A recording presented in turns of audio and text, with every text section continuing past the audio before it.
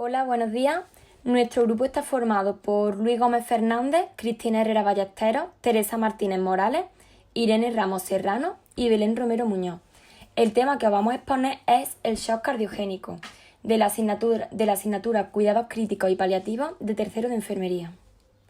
Lo primero de todo, os vamos a mostrar el índice, que vamos a empezar haciendo una pequeña introducción sobre qué es el shock cardiogénico para que todos lo podáis entender. Después pasaremos por la epidemiología, la fisiopatología y finalmente el tratamiento y los cuidados críticos.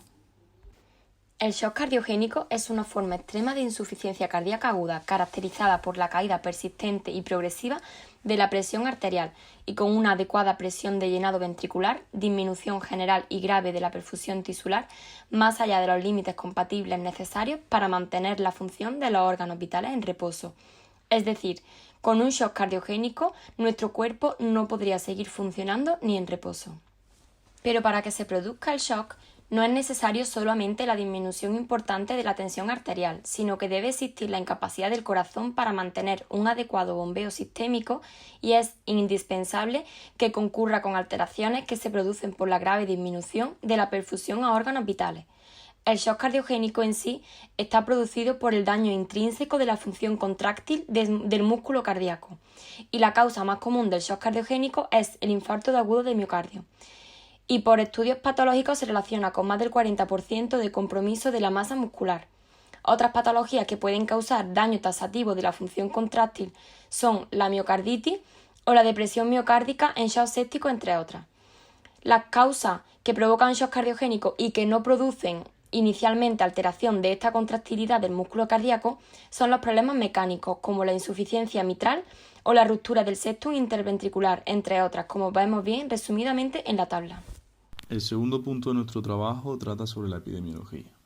En primer lugar, os diré que el shock cardiogénico se presenta en el 5 al 10% de pacientes con infarto agudo de miocardio y este produce la mayor proporción de muertes en pacientes hospitalizados. Por otro lado, os informo sobre los resultados encontrados en el estudio Gusto 1 que nos muestran la presencia de una disminución en la mortalidad de pacientes con shock cardiogénico ligada a la introducción de terapias de intervención en forma de cateterismo cardíaco, VIAC, cirugía de revascularización coronaria y angioplastia. Decir también que el shock cardiogénico es más probable que suceda en pacientes de mayor edad y que las mujeres están más predispuestas a sufrirlo que los hombres. Y por último, el shock cardiogénico en infarto agudo de miocardio ocurre con más frecuencia por fallo ventricular izquierdo, pero destacar también que existen otras causas de padecer el shock cardiogénico a través de la insuficiencia mitral, la ruptura del septum interventricular, la ruptura de la pared libre con tamponade y el infarto de ventrículo derecho. En cuanto al registro denominado o llamado Shock Trial Registry, el 55% de los pacientes con infartos de cara anterior ocasionan shock cardiogénico, el 46% de los infartos inferiores protagonizaron el shock cardiogénico y, por último, el 50% de los shocks cardiogénicos tienen múltiples sitios por electrocardiografía. Y por otro lado, el shock cardiogénico puede ocurrir también con angina inestable y sin infarto agudo de miocardio, pero este caso no es común y tiene mal pronóstico.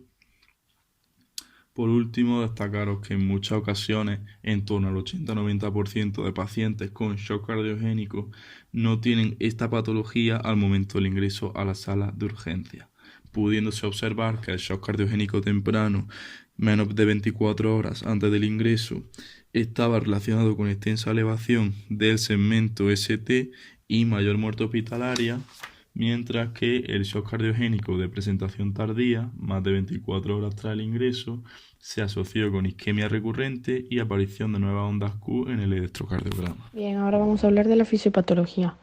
Una vez se origina el shock cardiogénico, se suceden una serie de acontecimientos que son la disminución del gasto cardíaco por pérdida de miocardio funcionante, disminución de la presión arterial y contractibilidad cardíaca, aumento de la presión vascular cardíaca, vasoconstricción periférica, y todo ello da como resultado final la disfunción de órganos vitales y la pérdida de tejido funcionante. Una vez se produce lesión miocárdica y difusión contráctil, la cavidad ventricular no puede impulsar la sangre hacia adelante y se plantean dos problemas.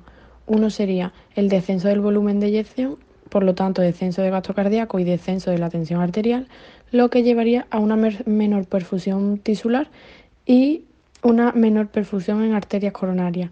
Todo ello desemboca en una isquemia y necrosis del miocardio. Es decir, una vez que se produce la isquemia, puede dar lugar a que surja una muerte de miocitos, apoptosis, lo que viene a consecuencia de una acidosis y lleva a la disfunción orgánica y muerte. También es cierto que a partir de la disminución de la perfusión tisular se generan mecanismos compensadores como son taquicardia y vasoconstricción. En el otro caso, se produce un vaciado sistólico incompleto, aumenta la presión del llenado en el ventrículo izquierdo y por lo tanto el aumento de presión en la aurícula izquierda, existe una mayor presión pulmonar, lo que desencadena en mayor presión hidrostática capilar pulmonar y extravasación del líquido de los capilares. Esto puede desembocar en edema intersticial pulmonar o edema intraalveolar. Todo ello es como resultado de la congestión pulmonar que genera una hipoxemia, lo que también desemboca en una mayor isquemia. Una vez llegamos a esta isquemia, es posible que se produzca la apoptosis o que por el contrario sea reversible la lesión, ya que se llega a un estado de miocardio hibernante en el que a partir de una reperfusión espontánea se consigue que el miocardio quede como aturdido y poco a poco vaya recuperando la función. Otro aspecto muy importante a recalcar en el shock cardiogénico es la respiración de Kuznauer, muy característica de esta patología.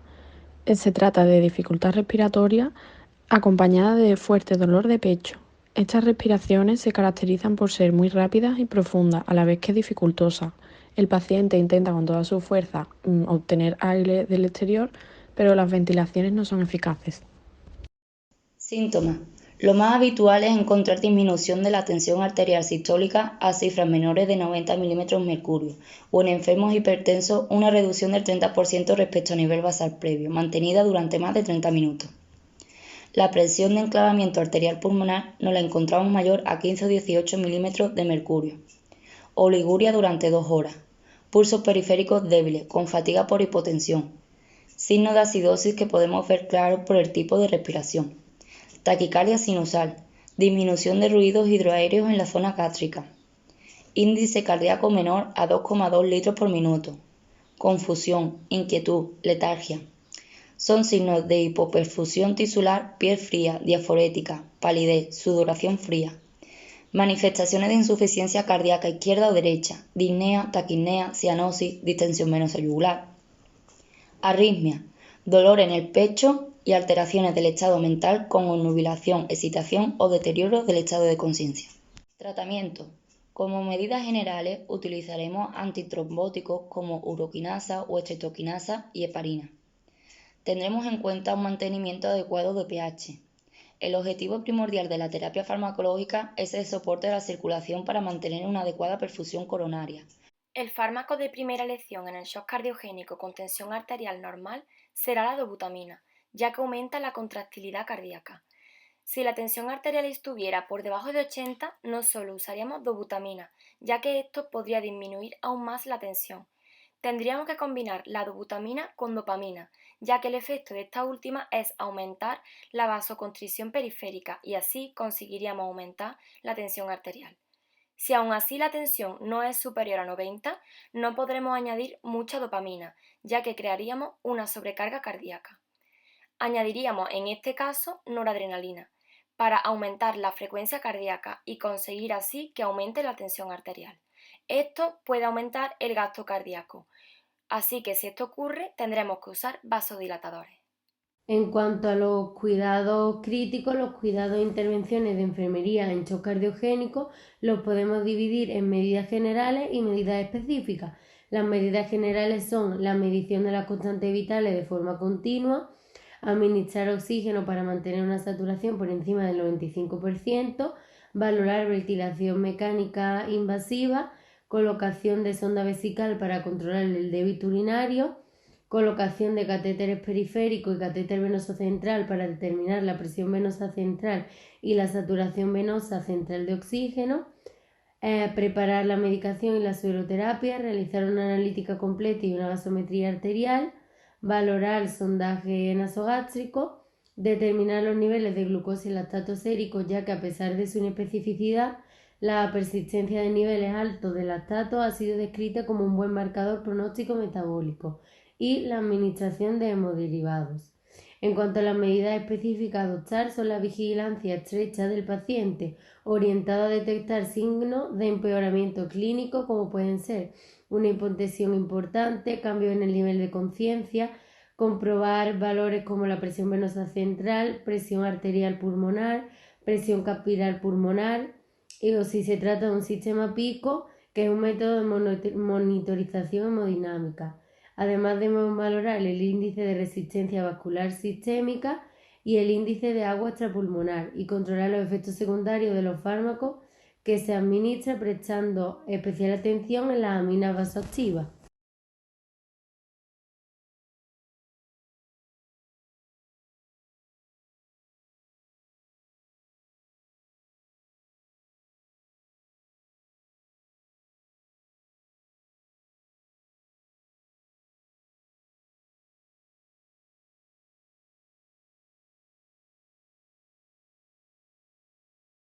Para terminar, les enseñamos la bibliografía y nada, muchas gracias por su atención.